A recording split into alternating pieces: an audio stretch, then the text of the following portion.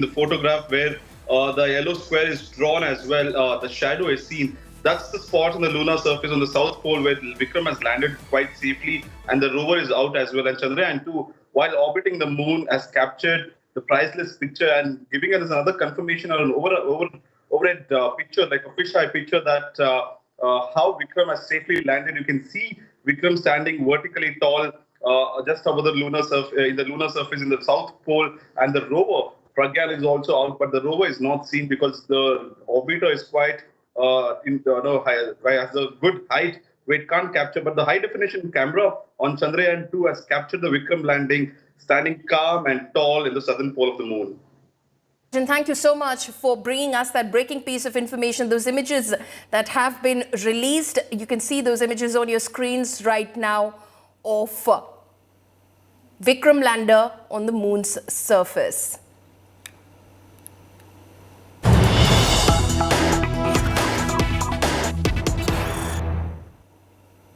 Those are images of the Prime Minister in Greece. Remember that he's on a two-nation tour. He was, of course, in Johannesburg, and now he has landed in Greece.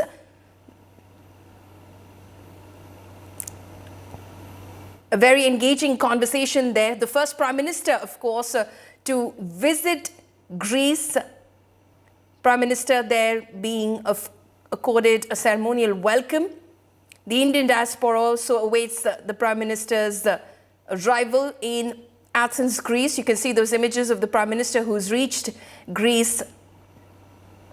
The first Prime Minister to visit the country, Indian Prime Minister to visit the country in 40 years. A very engaging conversation there that the Prime Minister seems to be having.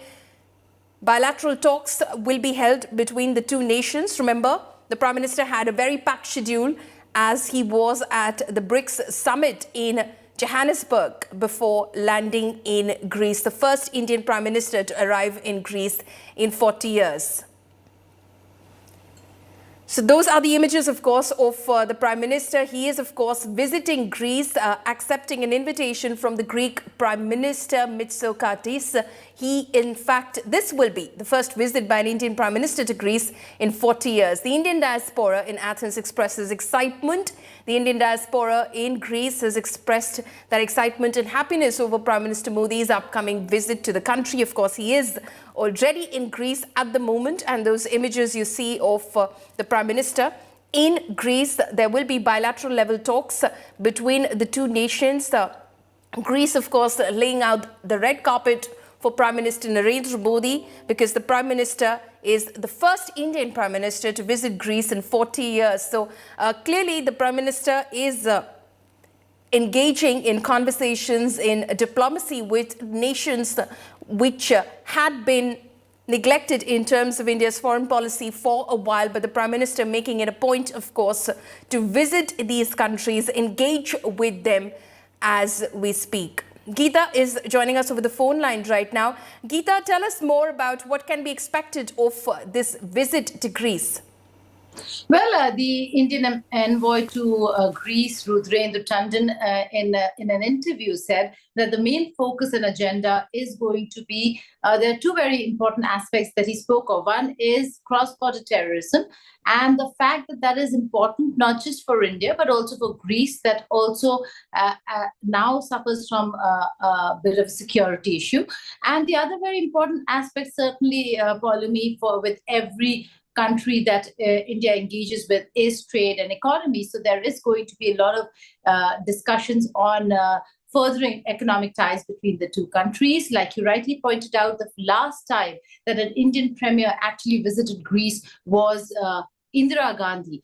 And after that, we are looking at Narendra Modi making that effort, that engagement with Greece towards strengthening ties. This is gateway to Europe, as Greece is known or is called. And so there is a lot of conversation that will happen on the economic front. We do know that there is a lot of engagements for Prime Minister Modi that's been lined up, and one important one will be with the business community leaders. There are other aspects too. Prime Minister Modi has made it a point to travel to more than one country, even if there is a scheduled visit to a particular country. For example, when he went to the United States of America, on his way back, he made that crucial visit, which was long pending. There were about 3 attempts to visit that country, and finally he went on his return to India, that is Egypt, and this time around another crucial visit, after which that was to South Africa for the BRICS summit, and on his way back he is now in Greece. Important engagements lined up, bilateral as well as community and diaspora engagement, business community leaders that he will be engaging with, and there is a host of other important engagements for him. This is, again, a very important visit, a crucial visit, because Greece is a nation that has not seen a premier visit in a very, very long time. So India making that thrust, making the push to go to countries, reach countries, and engage with countries, be seen as engaging countries that are critical and crucial, and yet have not found their place when it comes to India's engagements with such countries. Right. Geeta, just stay on with us. Let's listen in to spokesperson for MEA, Arindam Bagchi, on what exactly is the packed schedule for the Prime Minister on his visit to Greece looking like. Narendra Modi has just arrived here from Johannesburg after attending the 15th BRICS summit. A packed day of engagements lie ahead in Athens. He will little later lay a wreath at the tomb of the unknown soldier. Thereafter, he will meet the President of Greece and then hold talks with the Prime Minister of Greece. He will also meet with business leaders from both sides. Before departing, he will have an interaction with the community, who are all excited to receive him after the success of the Chandrayaan mission. All in all, a very productive day ahead. From Athens International Airport in Greece, Prime Minister Shri Narendra Modi has just arrived here from Johannesburg after attending the 15th BRICS summit. A packed day of engagements lie ahead in Athens. Okay, so that was, of course, Arindam Bagchi, in fact, informing of what the day looks like for the Prime Minister in Athens as he arrives in Greece. This, of course, the first visit by an Indian Premier in 40 years. So this is extremely significant over there. Geeta, you were speaking about how the Prime Minister, as far as diplomatic engagements go, as far as his foreign tours go, has chosen countries to which an Indian Premier hasn't been to for a while, engaging with these countries, be it in Egypt, be it Papua New Guinea, be it Greece. Well, that's right. This is an important engagement. Like I said, Greece, known as the gateway to Europe, Ptolemy, will highlight some of the important areas that India wants to engage in. And that certainly also has to do with economic cooperation. Rudra Tandon spoke about trade, economics and investments. And that certainly are on the cards when the two leaders meet. The interaction of the two prime ministers and will also be with businessmen. So engaging the business community is going to be very important. When it comes to the big takeaways, we'll still have to wait and see what the outcome statement of the conversations are going to really look like, in terms of whether, if there are any important agenda items that will see fructification when it comes to decisions, policy decisions on the front of the two countries. But again, a very important visit. A lot when it comes to substance, but a lot also, Ptolemy, when it comes to foreign policy, has to do with optics. The fact that Prime Minister Modi is seen in Greece, this again was an invitation that was extended to Prime Minister Modi for a while now, as has been the case with most countries. And the Indian administration over here trying to make the most of any trip that Prime Minister Modi makes, engaging and incorporating other visits as well. This time around, it's Greece. So the visit has begun, and we'll have to see what the big takeaways of the visit are really going to be. The focus, like I said, quoting Rudrendra Tandon, Indian ambassador to Greece, are going to be cross-border terrorism and the economic trade investment aspect as well. India is making a major push towards Make in India and manufacturing in India and becoming an alternative to China when it comes to global supply chains. And in that, towards that effort, Paulami, we've seen a lot of conversations, and the conversations are growing manifold when it comes to how India is trying to pitch itself as a manufacturing hub for the world. So again, we'll have to wait and see what that really is going to look like. In terms of Greece's own economy, which is hugely tourism dependent, we'll again have to see whether if there's some conversation on that front, how to engage. The people-to-people ties and people-to-people connect is very important for India. And on that front, we will be seeing Prime Minister Modi, as he always does, or makes an effort of doing, should his schedule and time allow, that is engaging the Indian diaspora. And in this case, he is going to engage the diaspora as well. So it's not just at one level looking at how to engage diplomatically, but also how to use India's soft power policy of people-to-people connect to really connect on the business and economic front. Right. Geeta, would this also be seen as some sort of a countermeasure to China's growing influence in the Mediterranean? Well, absolutely. Any country today that is engaging with India has major engagements with China. And China has had a long-term policy and a continued policy of increasing its footprint across the world. So we do look at China as, for now, Paulami, as an economic indispensable force where manufacturing is key, and that's how they control global economy to the extent that they allow themselves or their policies be thrust upon various countries, particularly when we look at Europe and Africa, both the continents that Prime Minister Modi has visited in the span of these 4 days that he was abroad. In South Africa, you saw the entire engagement, not just with BRICS nations, but the BRICS Plus. It's the Friends of BRICS that was quite important, the BRICS Africa Summit, where he was engaging with African nations again to show that India wants to be a part of the global supply chain.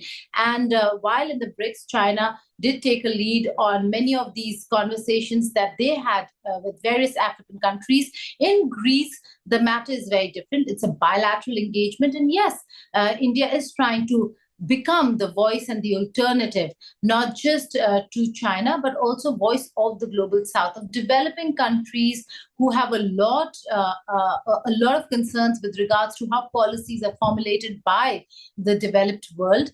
And India is becoming the voice and the face of the global south. So in that, and to that effect, we will be seeing a lot of conversation on concerns that countries have, including Greece, which has had a very, very turbulent economic past and has suffered quite a few spades of economic crises. So we are looking at how India and what India has to offer to Greece to come out of that entire economic situation that it has been dealing with for a while now.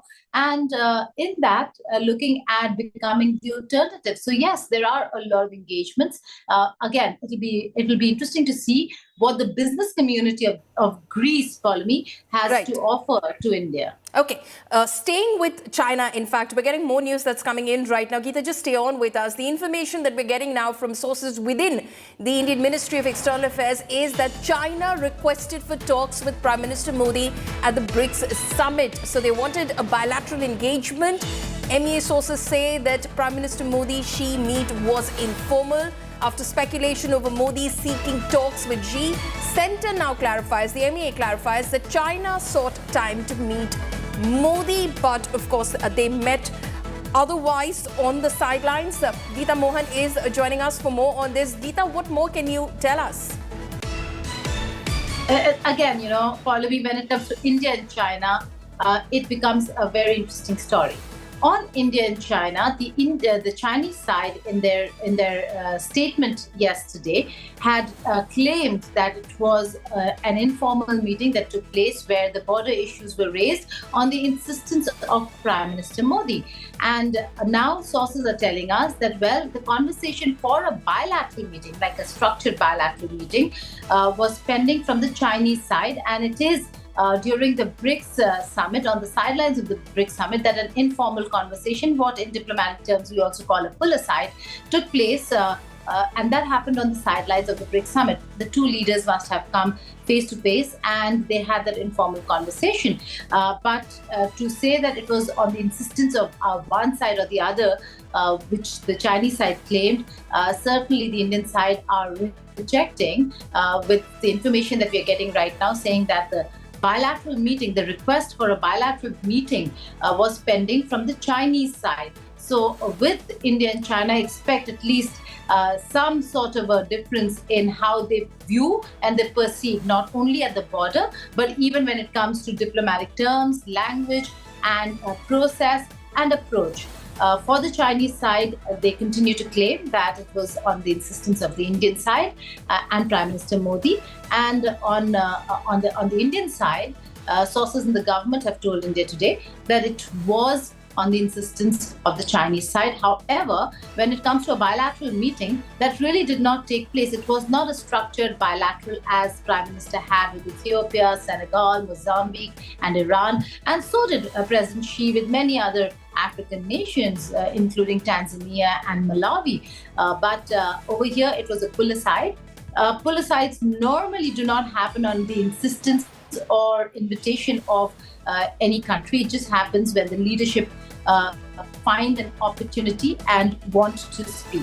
If they do not want to speak, they would have not made an effort at all. The fact that an effort was made and that there was a pull aside, but a very brief conversation the reading of it are two-pronged. One is that they did want to have a conversation. It is not a complete leadership intervention, but yes, they did have a conversation on resolving the border issues. This comes days ahead, less than 2 weeks ahead of the G20 summit that India is going to host in New Delhi. On the other hand, the fact that there has been no breakthrough, the fact that it was not a structured bilateral, clearly shows that the intent and intention is not absolutely in place when it comes to withdrawal, complete disengagement, and going back to the pre-2020 or 2019 status.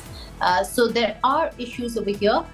Doesn't seem like the current border crisis is going to be resolved anytime soon or ahead of the G20. But like we're looking at reports and the meetings that have taken place at the Chushul border between India and China, it does seem like there is some sort of an intent of a pullback.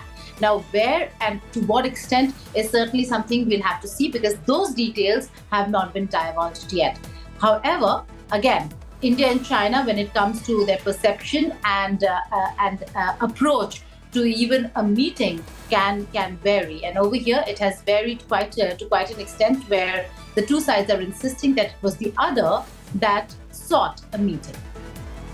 Geeta, thank you so much for putting things into perspective for us. As Geeta said, that pull aside, of course, comes just a couple of weeks ahead of that big G20 meet in Delhi, and hence it assumes that much more significance. But the Indian side, they're clarifying that it was the Chinese side which had put in a request. There was a pending request for a bilateral meeting with President Xi and Prime Minister Narendra Modi. What happened, of course, was an informal exchange on the sidelines of the BRICS summit. Now, Prime Minister Modi talks tough after Johannesburg handshake.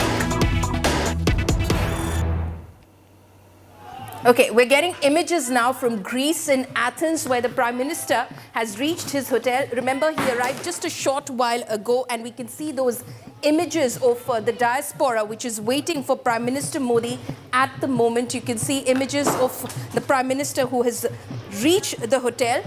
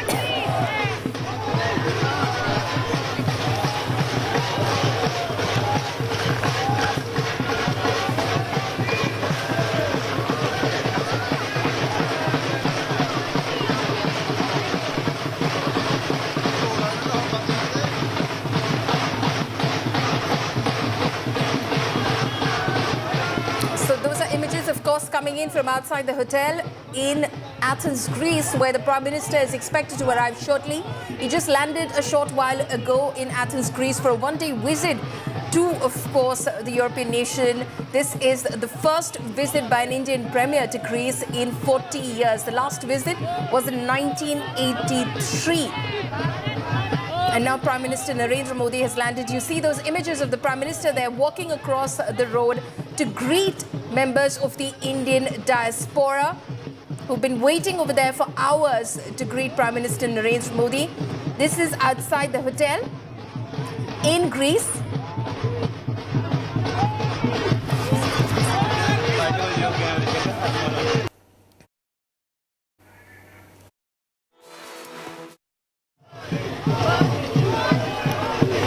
Narendra Modi, as he walks across the road to greet members of the Indian diaspora in Greece who've been waiting to greet him and welcome him to Athens as he arrived just a short while ago in the European nation. He's here on a one-day visit. He will be having a bilateral meeting with his Greek counterpart. There will be an engagement with the business community and business leaders of Greece. There will be the signing of several agreements in the aspects of trade, investment, defense. Greece is also expected to seek India's support in building its seaports and airports as well. A very significant visit there. Many see it as a countermeasure to, of course, China's growing influence in the Mediterranean. Remember that Prime Minister Modi is in Athens on the invitation from his Greek counterpart. He arrived here just a short while ago. He was in South Africa earlier attending the 15th BRICS summit. He had a packed schedule over there as he engaged with leaders of the BRICS nations, and the BRICS also, of course, announced its decision to expand the bloc by 6 countries. 6 new members of the new bloc were welcomed. And now Prime Minister Modi is in Greece. He's also expected to have a meeting, have an engagement with the Indian diaspora later as well. Geeta Mohan is joining me over the phone line right now. Geeta, we're seeing images of the Prime Minister greeting members of the Indian community in Greece. He, of course, is here on a one-day trip, but a very packed schedule at that. Well, that's right. See, the Indian diaspora in Greece, in Athens, quite excited about Prime Minister Modi's visit, and you'll see that they will be chanting Modi, Modi, and the fact that this is a long overdue visit by an Indian premier is not lost on anyone. Paulami, after his arrival at the airport, he will be headed to the tomb of the unknown soldier, and he will lay a wreath over there, as well as receive guard of honor. Again, this is an official visit by the Prime Minister to Greece, so it is going to be a very important one, followed by ceremonial reception and meeting with the President of Greece. Again, ceremonial reception and meeting with Prime Minister of Greece, followed by press statements. So he is beginning a very tight and packed schedule. It's a day visit, a day-long visit, and in the day-long visit, we are looking at very important engagements, not just with the Indian diaspora, but like I pointed out, the business lunch and engaging with business communities is also some other prominent personalities from Greece is going to be important.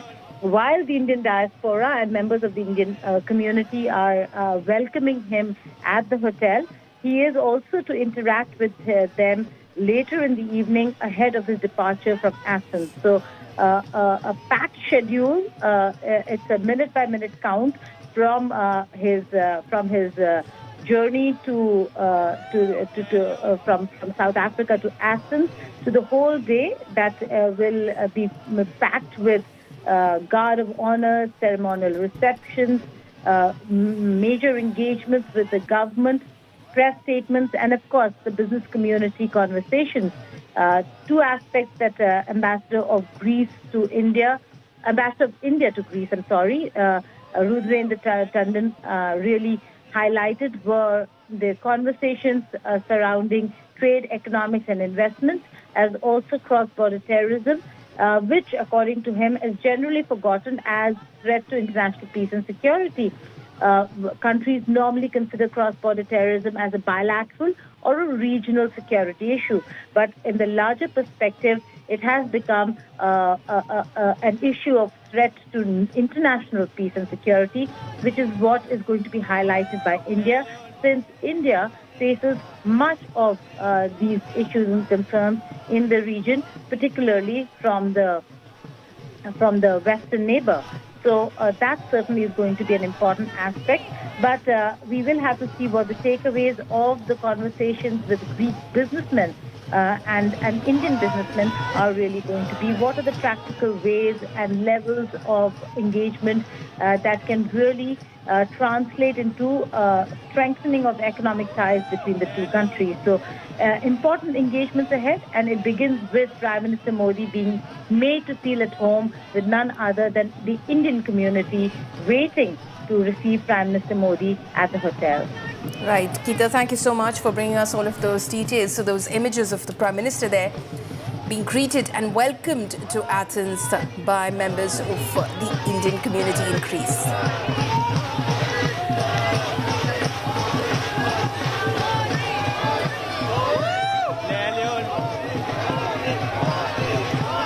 We're slipping into a very short break now. Stay tuned. News and updates will continue on the other side of the break.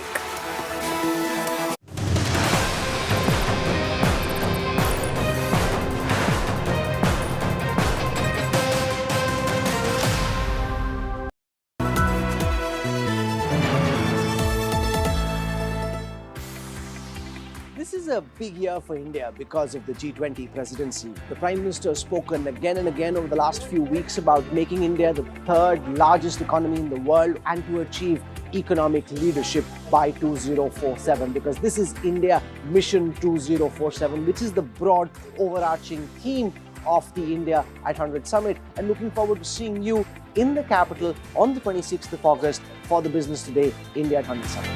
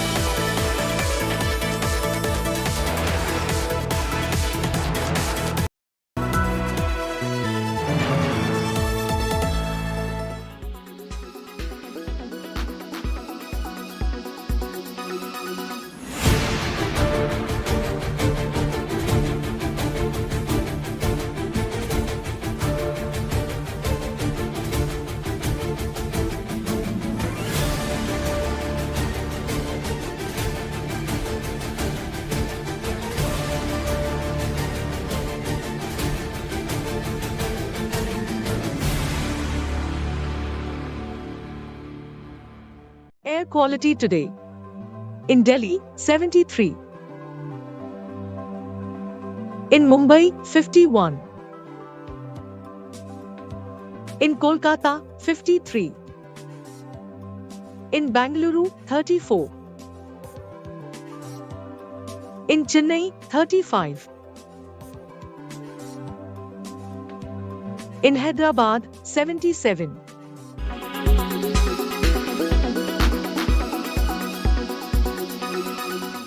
Make your media plan smarter with India Today Live TV on your connected devices. Amplify your brand with 100 million smart internet viewers. To advertise, mail us at sales@aajtak.com.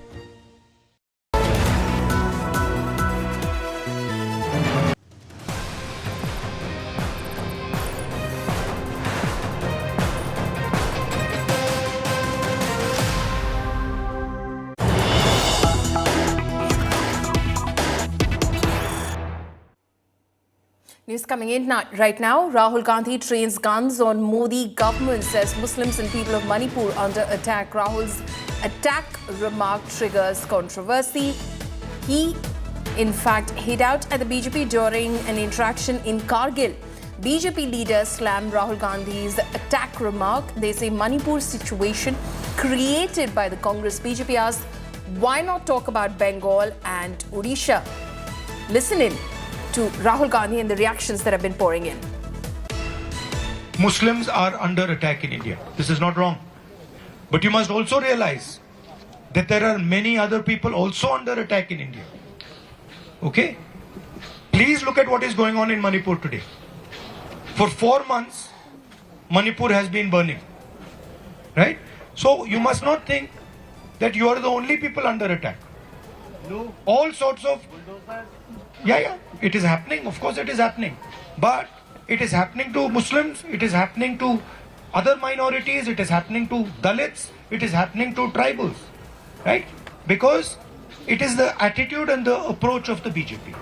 And this is something we are committed to fighting. Ladakh से मणिपुर कैसे याद आ गया? वो लद्दाख में जा रहा है तो लद्दाख का बात करो. मणिपुर किसने अटैक किया है? मणिपुर में जो अभी हो रहा है वो तो कांग्रेस ने क्रिएट किया हुआ है सब. तो खेल नहीं है. पॉलिटिक्स लाइव, ह्यूमन लाइफ में पॉलिटिक्स नहीं करना है.